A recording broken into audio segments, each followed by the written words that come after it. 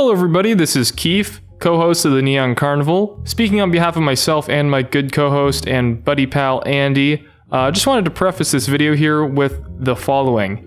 This is an excerpt from our episode 3 of Carnicast. We got into a deep discussion on YouTube and we felt that it was one, too long and a little bit out of character to upload with the podcast, as that would have made our average 30 to 40 minute long podcast just over an hour. Then we felt that this by itself was, an important discussion that we wanted to share for those outsiders to the YouTube creator space, or those who are also creators who want to know about our experience with the platform. So here it is, our discussion on YouTube. No, this is actually pretty relevant because, we have no money. We're asking for money. And you know what? You know what that ties into? Ties into good old YouTube. Yeah. Now, I know that there's been another Adpocolypse, and I'm Has sure. there actually? Yes, there's everyone. Have you not heard about this? No. You can just give me the whole. Allow me to tell you what is going on. Now, this is a recent development, and we're talking about YouTube hardships, but there's another this Adpocolypse came about a lot pretty recently. And this is from a small channel's perspective. There's already a lot of fucking shit on YouTube. There's a lot of channels. There's a lot of competition. It was basically almost like there's a chance, but not much of a chance for us to grow on this platform. It requires a lot of work outside of the platform to direct traffic towards you on YouTube as a platform before you can actually start getting anything from YouTube. So we're still here doing this as a passion. This is a passion project for both of us. So, we enjoyed. That's why we're still here. We enjoyed doing this. Now, before I continue with how we feel about YouTube in general, let me tell you about what's brought about this fucking second coming of Adpocolypse.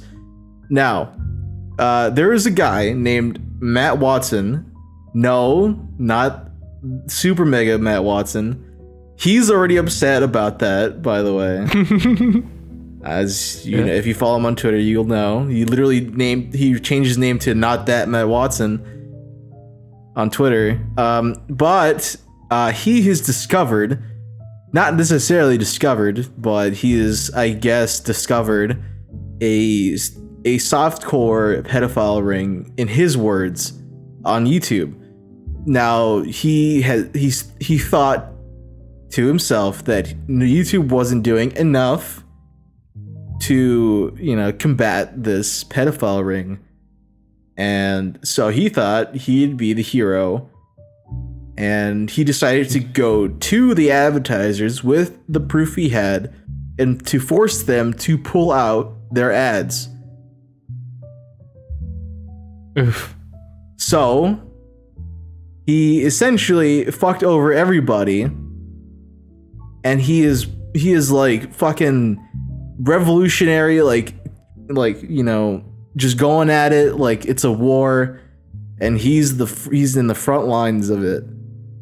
And I mean, that's a big problem for both. I get what he's trying to do, and it's a noble cause, but people have already brought this up with YouTube, and YouTube has already done things to combat this problem. So his reaction to advertisers pulling out was, "Oh, that's awesome, but YouTubers will, they'll be affected, unfortunately." Literally his words. Literally his words. Unfortunately. Oh, that's awesome. I get, okay, people are attacking this man. They're destroying him. They are ripping him apart on the internet. Can I make a little interjection here? Sorry, I just went and read a little Daily Dots on good news source, but they're showing lots of screenshots, so it's been helpful. His response to him getting fucking bashed was an hour-long video. How many mid-roll ads were in this video, Andy? Do you want me to tell you? Tell me, please.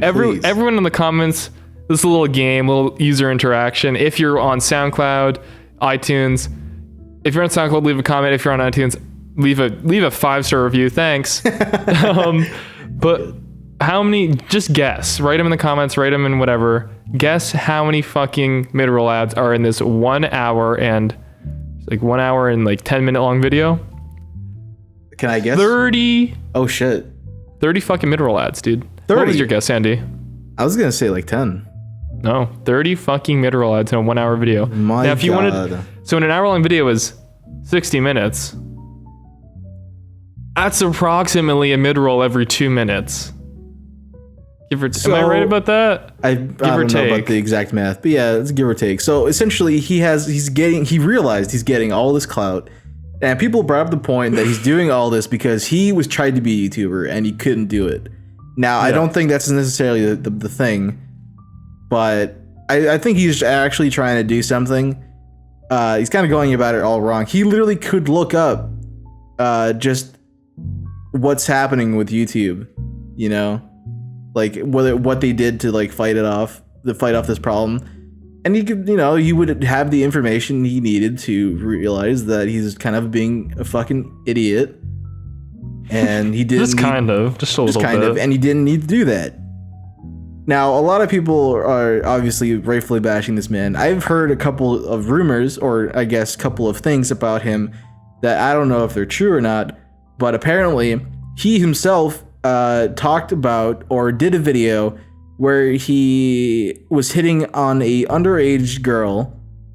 I don't know if it was satire or if it was a joke, but people have pointed out that he did make this video, and it is a video, and it is just the smallest bit of irony out there in the world.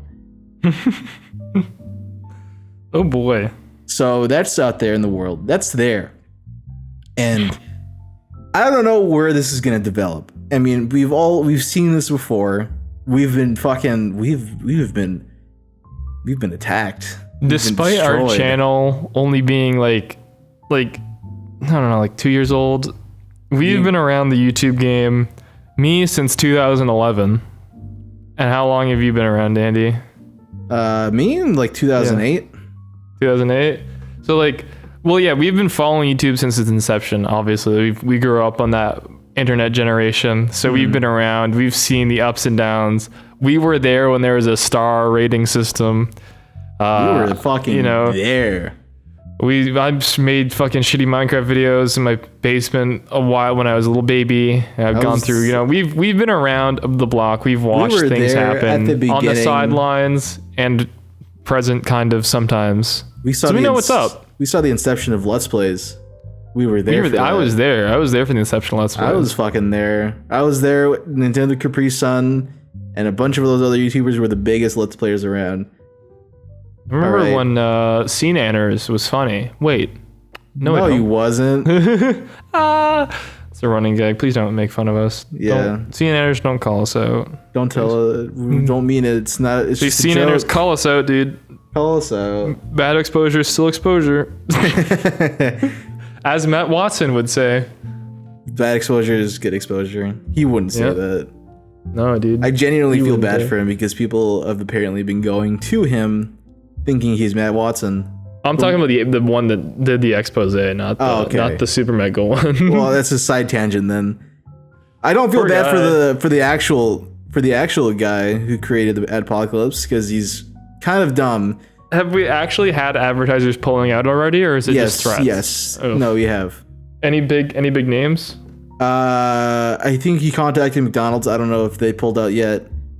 Let me pull up the list.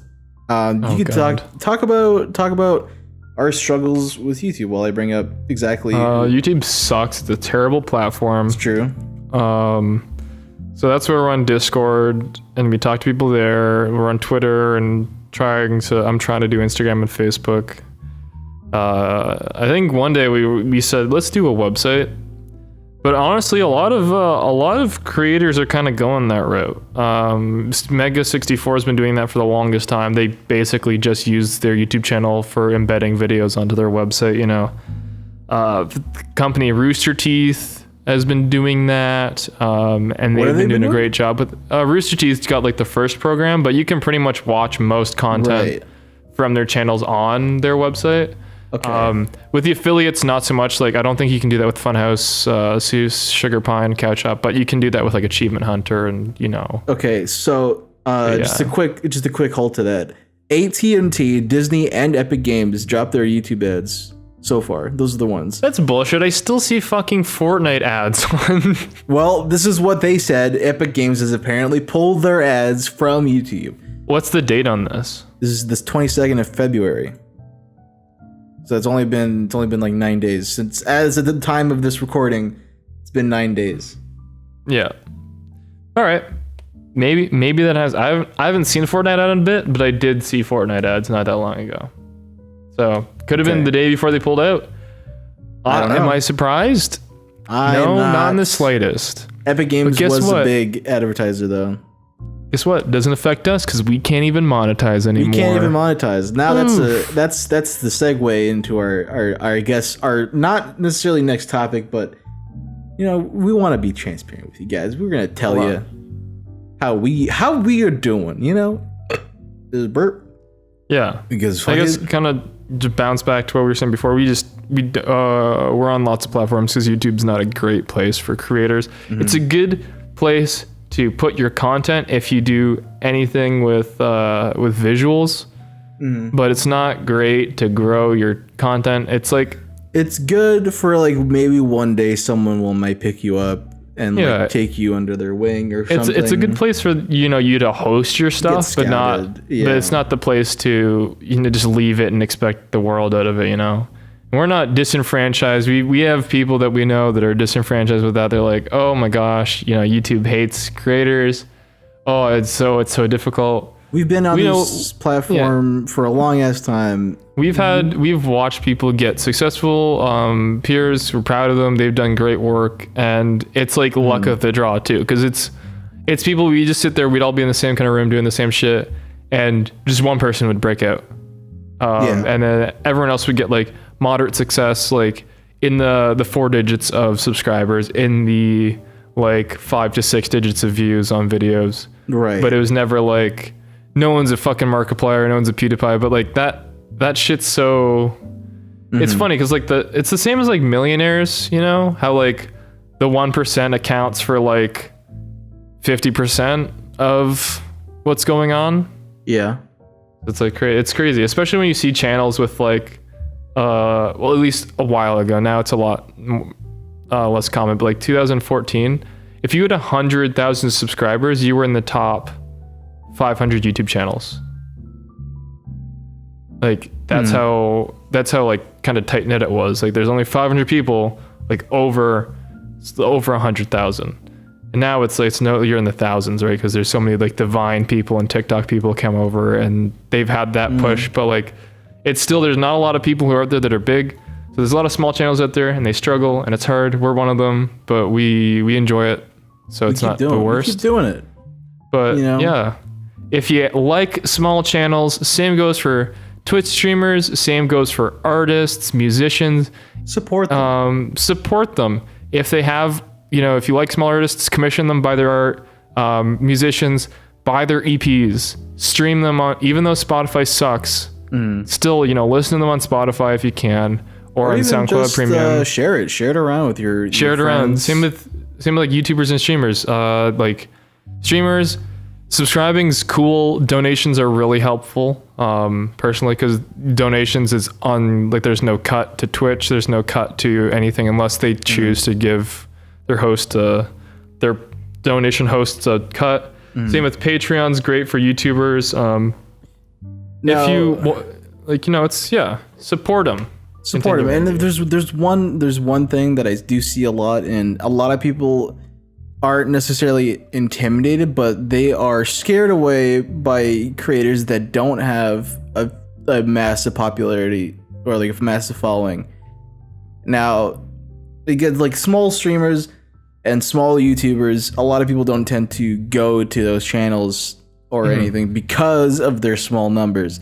I just want to mention that, there are a lot of talented creators out there on the platform, on a lot of platforms.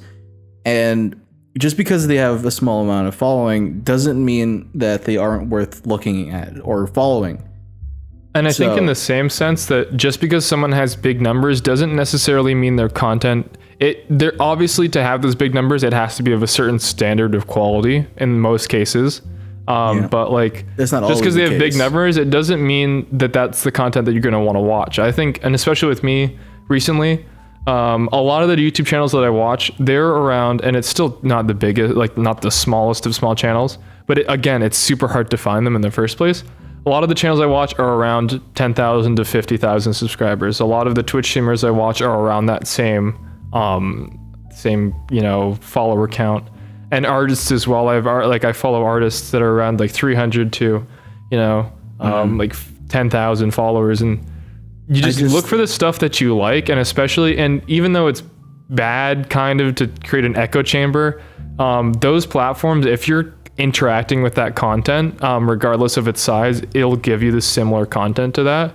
And that's a great way to find other artists. So like, if you like our stuff and you like our videos, you'll see things like our friends, like you'll see, and I've seen them before, season 3 podcast will be in your recommended. You'll see stuff from like our last guest. You'll see Jesse in your recommended. You'll see our own stuff in your recommended. So when you support those like small channels, you'll get exposure to a lot more stuff. Because if you just like the big channels, you just watch that, YouTube's like, that's what you like, we'll show you more of it. And that's not bad, because if you like that, that's you.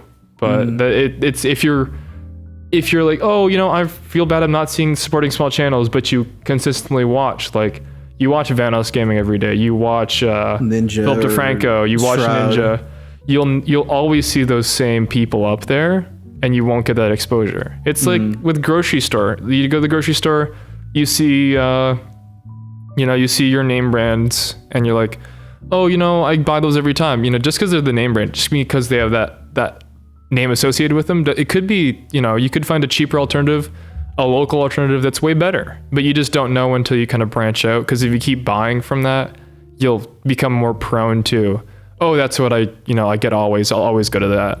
I know people are afraid of change, and that's fine, but it doesn't hurt. Live it up a little bit. Yeah, just live it up a little bit. Go around. The only reason why I even bring that up is because I'm on a Discord server where there's a bunch of artists, and I see that a lot, where people won't even either follow or even give a second thought to someone who has like 100 followers or 300 followers or less than 1,000 followers, and even if they're talented, people don't care. And that's something that I see a lot, and we're just so disjointed in this society, and like people just aren't willing to care, and that's seen as like a weakness, as a vulnerability, because we're so, it's such a competitive market, it's such a competitive field, that people are afraid to even give off any vulnerability. Yeah. Such as caring or sharing or anything. Yeah. I think the most sad thing, I guess, and other 2 points here, they're kind of unrelated in a way, but they're related to the conversation. The topics themselves are two different things.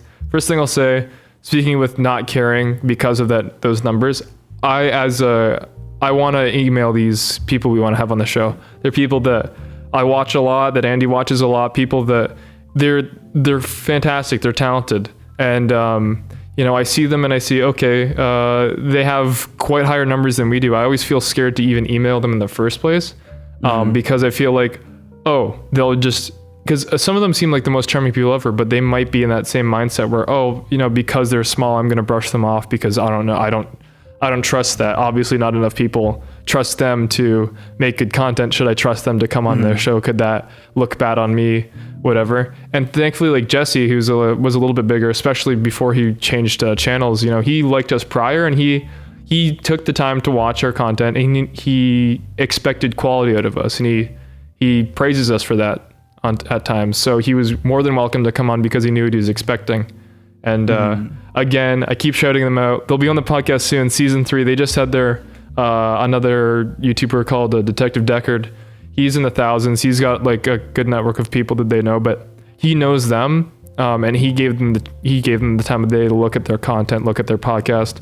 He saw, even though they go for a lo-fi, like low quality kind of shtick, he expects some quality out of them, so he gave them the time to go on their podcast. But most people would never see someone with 10,000 subscribers go on a podcast with about 30 active listeners.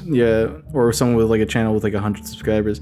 Yeah, and we're not trying, like, I get, because YouTube is like now a place where people don't trust each other, and they have reason. There's reason for that. And it's every week someone gets exposed for some bullshit. We're not trying to sit here and complain that people don't record with us more and give us their followers and everything, but we're just expressing that people don't give a lot of people a chance, and that's fine. We're not saying that people need to give us a chance. Yeah, we don't demand anything from you. This is just we don't demand opportunity. Yeah, and. We just thought we would share our opinions and our thoughts about that, because there's a lot of other talented creators that do deserve it, just like the opportunities and everything. And it's kind of disheartening, because there's a lot of shit on YouTube. Let's be honest, and there isn't a lot of new channels, and then a lot of people complain why there's no new channels. And this is why, is because nobody trusts anybody, and everyone's too scared to be hurt or whatever, because they think they're going to use them. Or worse, like some people get into it and they're scared. They're not seeing that growth. They're like, well, what am I doing this for? Because they'll just get burnt out. And they could have been some of the most talented people ever, and they just get that burnout from they're not getting that positive reinforcement. It's like the same as when you're, maybe in person, you play guitar, you play an instrument, you draw, you show it to your friends, you show it to your family, and they're like, that's great. That's that positive reinforcement that reassures you that, hey, what I'm doing is good. I'm proud of what I'm doing. They keep working. And YouTube, unless you're sharing YouTube with your friends and your family, and you're not getting that positive reinforcement from it, like from views or comments, likes, whatever it is, then you get burnt out. And like, of course, that happens to everyone. Even some of the bigger channels out there get burnt out because, they'll try to experiment. Something doesn't get as much views as they normally get. They're like, okay, well, this is my well-being that's on the line here, so I have to go back to what I normally go to, There's that burnout of not taking that chance. You don't support that content. You don't want to get out of your comfort zone.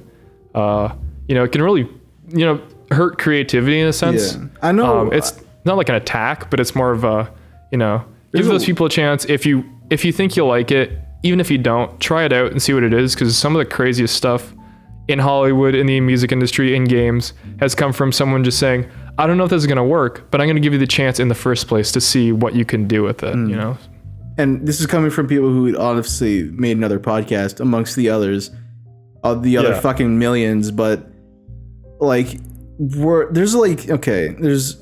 forgot literally what I was going to say. But the point being is that we're all trying, and a lot of people do like this dine and dash thing where they record with someone who has a decent following or a sizable following, and they just leave. They just they go off and do their own thing, and that hurts, and that's absolutely understandable why there's no trust. Or some people will find a way to fuck you over or throw you under the bus somehow or whatever, and that's definitely a worry as well.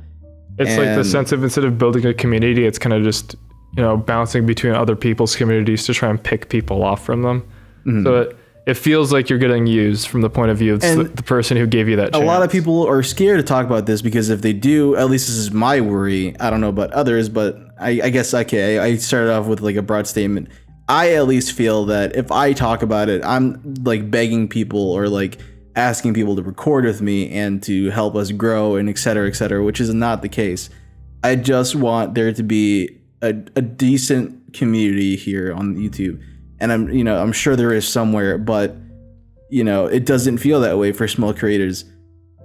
It all feels so disjointed, like we're all a big dysfunctional family that don't talk. Yeah, you get kind of cliques that happen, but the only way you can really network, and at least in our experience, you barely do any networking from finding someone's channel and talking to them. It's usually you'll find like a Discord, or you'll find a Reddit community and kind of meet people through there. It's a lot of the, like how Andy reached out to me and we did a collaboration. We became like best friends from that. And that stuff doesn't, at least from my experience, we don't do it as much anymore ourselves, but from my experience, that's not how it goes anymore.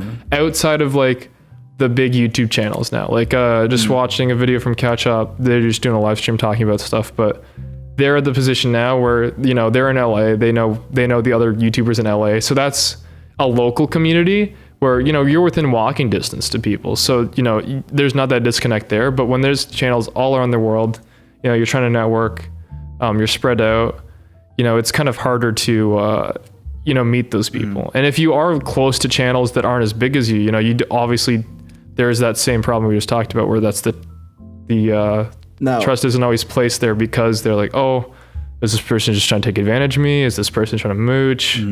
I've had this, you know, I've had this exact scenario, and I haven't talked about this probably only to my, you know, to close people around me. And I think Keith knows this story, but I'm going to be completely transparent. And honestly, because it's like it happened so long ago, who even fucking cares? And like we're like 100 subscriber channels, so it really doesn't matter. So I'll name drop too. I don't really care. We hit 1 million subscribers like next week. This comes out. Everyone fucking bullies us. What a fucking stroke of fate that'll be. Oh yeah. Okay, yeah. So a long time ago, I had my own personal channel, and on that channel, before I met Keith, I recorded with a YouTuber by the name of Partially Royal, who I believe now has at least 1 million subscribers. I'm not entirely positive on that, but I believe he has something around that number. He put out a post on this forum called YT Talk, and I was just looking for people to record with. That people that weren't like, because before that, to give you some context, I have recorded with people that were just like, there was literally just one friend group that like talked with like on their phones or something playing Minecraft. And before that, I had this guy who just recorded using while we were recording, he would only play like animal noises, and that was like his commentary, I guess. So before that, I didn't have a good track record. So this guy this guy seemed legit. He didn't seem like, you know, some guy just recording on his phone or whatever. Whatever. He had like 3,000 subscribers at the time. I had like maybe 100 or something. And he agreed to record with me. We played Rust. And maybe my personality wasn't to his liking, because he did offer me to record again. He did make it about subscribers. He's like, oh, you'll get a lot of subscribers from this, blah, blah, blah. I'm like, oh, that's cool, but can we, you know, play again? Can we, you know, just hang out? Yeah. And he's like, yeah, sure. You know, I have these other guys that want to record with me too, so I'll invite you to that. And that was the last time I ever heard from him, ever again. The next day, he removed me. He fucking like just completely cut all ties with me, and he started recording with these other guys who had like 10,000 subscribers, whatever. The least number of subscribers, a guy named Star Snipe, probably you know about him. Who knows? He had like 2,000, I think. They're all around the 800,000 to like 1 million range now. I don't know about all of them, but Star Snipe probably is. I don't know about the other two. Star Snipe and Partially Royal. Yeah. They went on to record together and get fucking clout, whatever. And this happened again with that friend group where Partially Royal stopped recording with them. He even made like a video before. He's like, oh, I'm going to quit. And then like the next video after, it was like, oh, I'm not going to quit. And then he quits. So I don't know. It was a pattern that I recognized. And now he's up there. Nobody gives a shit. You know, he's fine. He records with some fuckers. I don't know who he records with now. Probably has some friends somewhere. Maybe not. I don't know. You're just going on the attack now. If you want to be a king, you can be a king lonely on the top. And I mean, it might sound like I'm a bit salty. It's because I am, dude. Because the only reason why it bothers me is because I literally just wanted to be friends with someone, and I might not seem like that's the case when I talk about subscribers. That I didn't care about the subscribers. I mean, I fucking... At that point in time, the numbers were so low that it didn't have that effect. Like, if it was now, if he's at that 800,000 now, people would think that. Yeah, but in the point in time, multiple years ago, that was not the case. Andy was at like 1,000 at that point. I'm friends with Joey the Anime Man, all right? Yeah. Like, I don't care about the subscribers. It's not, in the end, it's literally like, not even about that. It's the people you want to make content with. Like, we could, I'm sure we could find someone with 1 million subscribers that makes fucking Roblox commentaries. That's not the content that we put out. Why would we collaborate with them? We don't have that shared interest. Maybe they're a nice person, they're good to talk to, become friends with them, do that. But when we go for people, we don't look for, oh, this guy will get us so many fucking views. Oh, this guy, we can SEO, put him in the title, money, amazing. Yeah. No, it's, we like this person's content. We like this person in general, or we would like to know this person. We talk to them, we bring them on. We do whatever with them. We maybe never make content with them, but we have them as a friend. And in our Discord, we have tons of those people. And we know lots of people like that. And there's, again, like, Andy's been good friends and does art for Joey the Anime Man all the time. Not all the time, but, you know. Well, on occasion, right? Sorry, I fucking exaggerate. Like, I've, we've met people all over the place that have great content that we know that, like, hey, these people are nice people. They're friends. We're not, the first thing we go for is the person, not the number, not the platform, not the clout. It's the person. That's what's important. I know we're probably humble bragging a little bit here, but it's just how it is. And it doesn't sound like, I guess it's humble bragging, kind of. You can take it that way, but it's just an example of this person was someone that I personally didn't know, but Andy knew way before he blew up. And I referenced that in an example like a while ago. It's like, we all had people, like some of us blew up, and it was just kind of, no one expected it to happen, but it happened, right? Like, no one knew that was going to happen. I was talking about Joey the Anime Man, because when we first started talking, I think he was at 20,000 when I first started talking to you. Now he's at like over 1 million, and like, we were present while that was happening, and it was just kind of, wow, that's cool, awesome.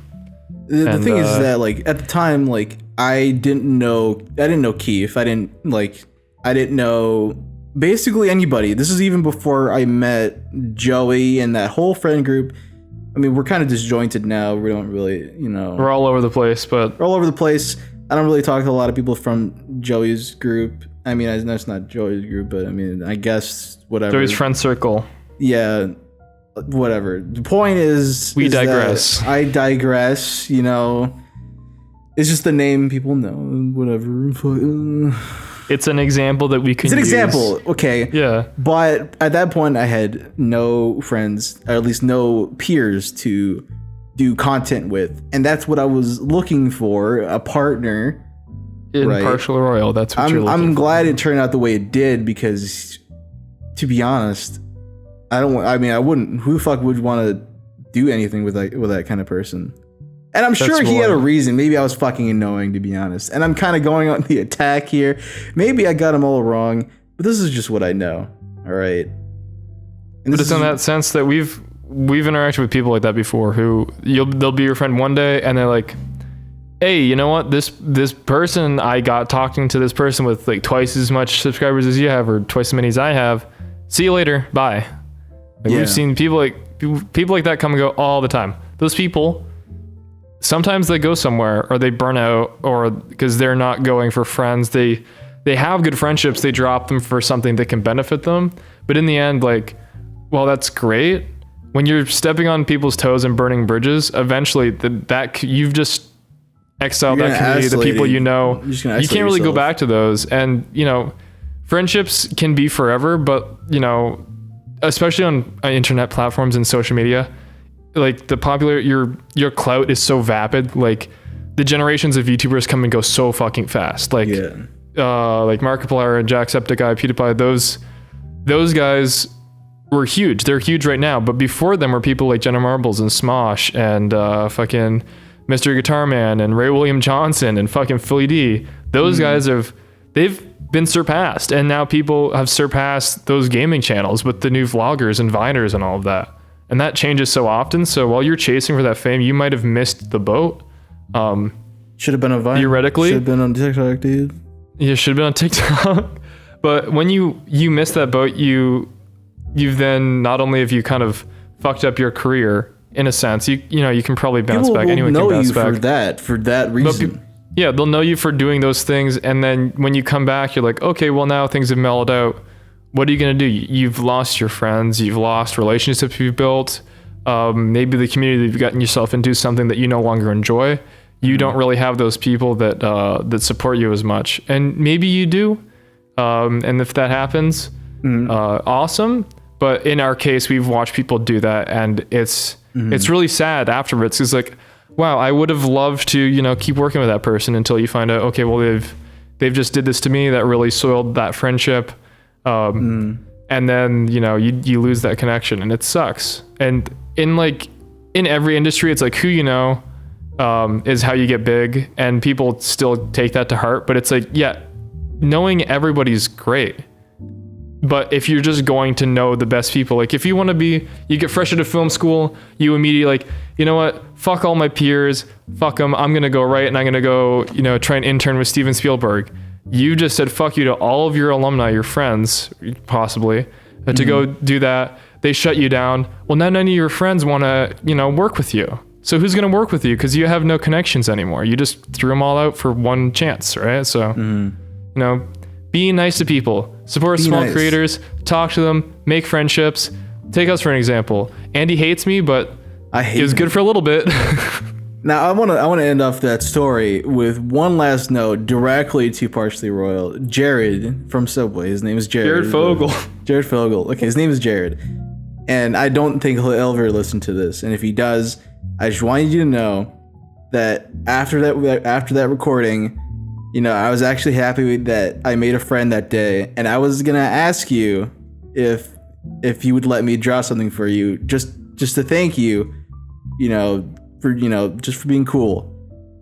And I just want you to know that you missed out on my shitty Minecraft drawings just because of that.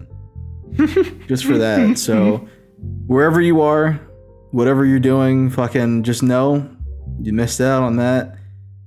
And it's kind of shitty that you did that, but if you'd like to come on our podcast, can you shout us out? Shout us out, please. Come on our podcast, defend yourself. We'll give you a platform. All right.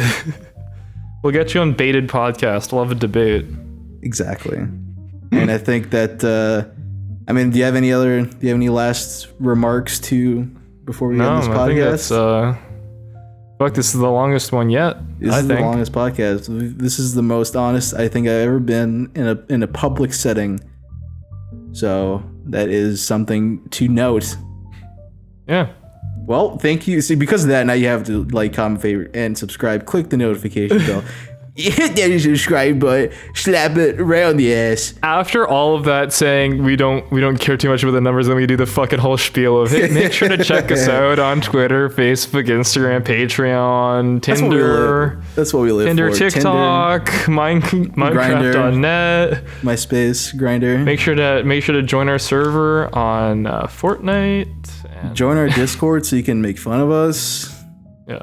But legitimately, we are on those platforms. They're in the description. Check us out at the Neon Carnival on most, if not everything. And join our Discord if you want to talk to us more about this kind of shit. Because as odd as it sounds that we just use this to vent all of that, we talk about this more often than not because it's an interesting ecosystem to talk about because things are always changing, So exactly. Join the Discord, subscribe for more fun-filled videos that are not as rambly and ranty as this last half hour has been. But you know what? You never know what you're gonna get at the Neon Carnival. What you're gonna get. Sometimes you'll get type 2 diabetes. Sometimes you'll have a good time. Sometimes you get type 3 diabetes. Sometimes you get 3 different types of diabetes all at the same time. It's perfect. I'd wish. And now we're rambling, so we're gonna end it here, guys. Yeah. See you later. Thank you. Love you. See you later. Bye.